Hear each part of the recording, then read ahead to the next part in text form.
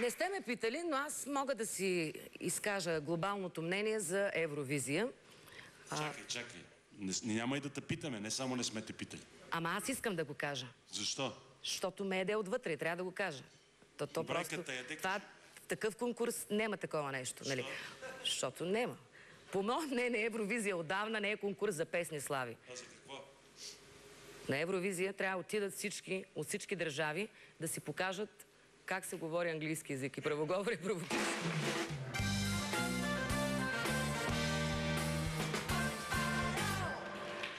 И сега като водеща на шоуто съм се осигурила и гост. Така или иначе това ти е в сценария, в регламента.